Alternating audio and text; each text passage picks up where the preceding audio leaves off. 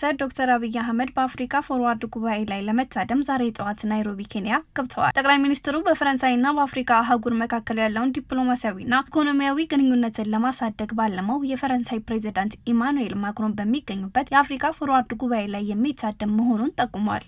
የአፍሪካ ፈረንሳይ አጋርነት ለፈጠራ እና ለእድገት በሚል መሪ ቃል የሚካሄደው ይህ ጉባኤ ለበርካታ ዓመታት ሲተገበር ከቆየውና ፍራንኮ አፍሪካ ተብሎ ከሚጠራው የተለመደ ግንኙነት ወጥቶ ሁሉንም የአፍሪካ ሀገራት ያካተተ አዲስ ስትራቴጂ ለመቅረጽ ያለመ መድረክ መሆኑም ተነግሯል። አፍሪካን የጥሬ ዕቃ ላኪ ከመሆን አውጥቶ ወደ አረንጓዴ ኢንዱስትሪ ማዕከልነት ለማሸጋገር የሚያስችለው ዓለም አቀፍ የፋይናንስ ተቋማት ለአፍሪካ የሚሰጡት ድጋፍ እንዲያሻሽሉ የሚጠይቀው የፋይናንስ ስርዓት ለውጥና የባህር ላይ የኢኮኖሚ ልማት በውይይቱ የሚነሱ አበይት ጉዳዮች መካከል እንደሚገኙበትም ተጠቁሟል። ኢትዮጵያና አሜሪካ ስትራቴጂካዊ ግንኙነታቸውን ለማጠናከር መከሩ። የውጭ ጉዳይ ሚኒስቴር ኢትዮጵያና አሜሪካ ግንኙነታቸውን ለማጠናከር ቋሚ የሁለትዮሽ ምክክር ማዕቀፍ ስምምነት መፈራረማቸውን አስታወቀ። ስምምነቱን የውጭ ጉዳይ ሚኒስትር ጌዲዮን ጢሞቲስና የአሜሪካ ምክትል የውጭ ጉዳይ ሚኒስትር አሊሰን ሁከር በዋሽንግተን ዲሲ ፈርመዋል። በዚህ ስምምነት ኢትዮጵያና አሜሪካ የሁለትዮሽ ግንኙነታቸውን የጋራ ትግበራ የሚሹ የትብብር አድማሶችን በማስፋት በሁለትዮሹ ቀጠናዊና ዓለም አቀፋዊ ጉዳዮች ላይ በጋራ ለመስራት ተስማምተዋል። አንዴ በአዲስ አበባ ሌላ ጊዜ ዋሽንግተን የሚካሄድ ሲሆን የሁለቱ አገራት ከፍተኛ ባለስልጣናት ስብሰባውን በጋራ የሚመሩት ይሆናል።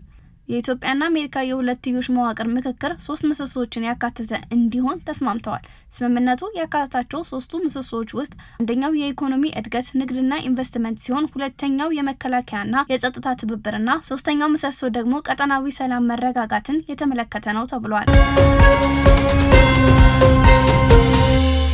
በትምህርት ቤቶች ላይ ያተኮረ የተቀናጀ የጤና ዘመቻ በ8 ክልሎች ተጀመረ። የጤና ሚኒስቴር በ8 ክልሎችና በ154 ወረዳዎች ተግባራዊ የሚደረግ ትምህርት ቤቶችን ማዕከል ያደረገ የተቀናጀ የጤና ዘመቻ መጀመሩን አስታወቀ። ሚኒስትሩ ይህን ያለው የሀገር አቀፍ የጤና ዘመቻውን ትላንት በአፋር ክልል ሰመራ ከተማ ላይ በይፋ መጀመሩን አስመልክቶ ባወጣው መግለጫ ላይ ነው። በዘመቻው የቡልሃርዚያና የአንጀት ትላትል መድኃኒት፣ እንደላ፣ የኤችአይቪ ክትባት፣ የቲቪ መለየት፣ የአይን ምርመራ፣ የደም ግፊትና የስርዓተ ምግብ ምርመራ ያካተተ አገልግሎቶቹን ለተማሪዎቹ ይሰጣል ተብሏል። የጤና ሚኒስትር ዴኤታ ዶክተር ደረጀ ደጉማ እንደገለጹት ትምህርት ቤት ላይ እንዲህ አይነት ስራዎች መሰራት ለጤና አገልግሎት ተደራሽነት የሚረዳ ስለሆነ ጤናን ከተለያዩ ዘርፎች ጋር በማቀናጀት በርከት ያሉ የጤና አገልግሎት ስራዎችን ትምህርት ቤት ማዕከል አድርጎ ይሰራል ብለዋል።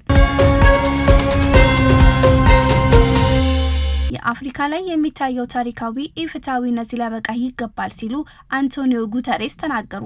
የተባበሩት መንግስታት ድርጅት ዋና ጸሐፊ አንቶኒዮ ጉተሬስ በአፍሪካ አህጉር ላይ የሚታየውን ታሪካዊ ኢፍትሐዊነት ለመቅረፍ በጸጥታው ምክር ቤት ቋሚ መቀመጫ ሊኖራት እንደሚገባ በድጋሚ ጥሪያቸውን አስተላልፈዋል። ዋናው ጸሐፊው ይህን ማሳሰቢያ የሰጡት በኬንያ ናይሮቢ የሚገኘው የተመድ ቢሮ የ$340 ሚሊዮን የማስፋፊያ ግንባታ የመሰረተ ድንጋይ ባስቀመጡበት ወቅት ነው። በወቅቱም ለጋዜጠኞች በሰጡት መግለጫ የዓለም አቀፍ ተቋማት አወቃቀር ከ80 ዓመታት በፊት የነበረውን ሳይሆን የዛሬውን ተጨባጭ የዓለም ሁኔታ የሚያንጸባርቅ መሆን እንዳለበት አጽንኦት ሰጥተዋል። ለአፍሪካ ቋሚ መቀመጫ በመንፈግ የሚታየው የታሪክ ኢፍትሐዊነት ሊያበቃ እንደሚገባ ያመለከቱት ዋና ጸሐፊው ምክር ቤቱ አሁን ያለውን የጂኦፖለቲካዊ ክፍፍል ተቋቁሞ ሰላምና ደህንነትን ለማስጠበቅ ትልቅ ማሻሻያ ማድረግ የግድ አስፈላጊ መሆኑን አስገንዝበዋል።